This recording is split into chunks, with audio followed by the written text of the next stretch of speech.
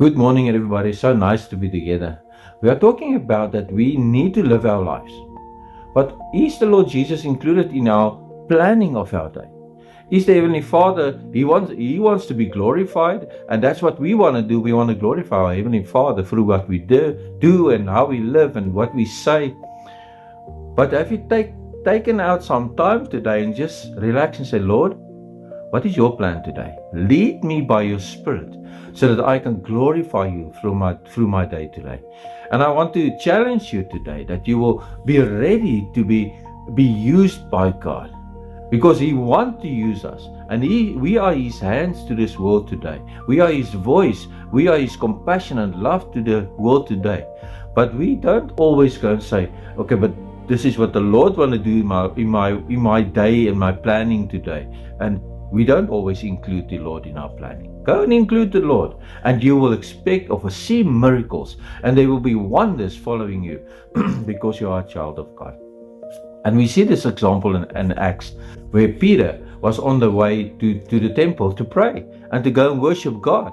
It's like a normal Sunday going to church. And then it says in Acts 3:6, then Peter said, silver and gold I do not have, but what I do have I give to you. In the name of Jesus Christ of Nazareth, stand up and walk. So this guy was just expecting some money from Peter, and Peter said, I have more, because I've just received the Holy Spirit. I've just received more, and I received power. And he said, I can't give you money, but what I can give you is that you can walk again. And for 40 years this person couldn't walk, and now all of a sudden, because Peter was obedient to the word of God, Peter had the expectation that God is going to work through him. This guy can walk after 40 years. Have that expectation in your day today. Go and sit and ask God, how can I fulfill your glory? How can I glorify you today? How can I be a blessing to you today through my life? And just include God into your life. And He wants to use you, and He wants to work through you. But let us pray.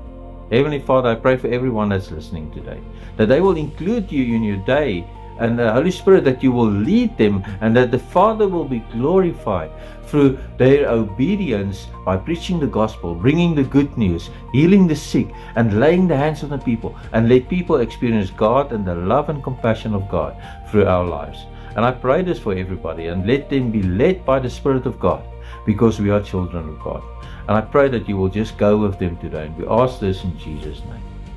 Amen. Amen, and may you have a wonderful day.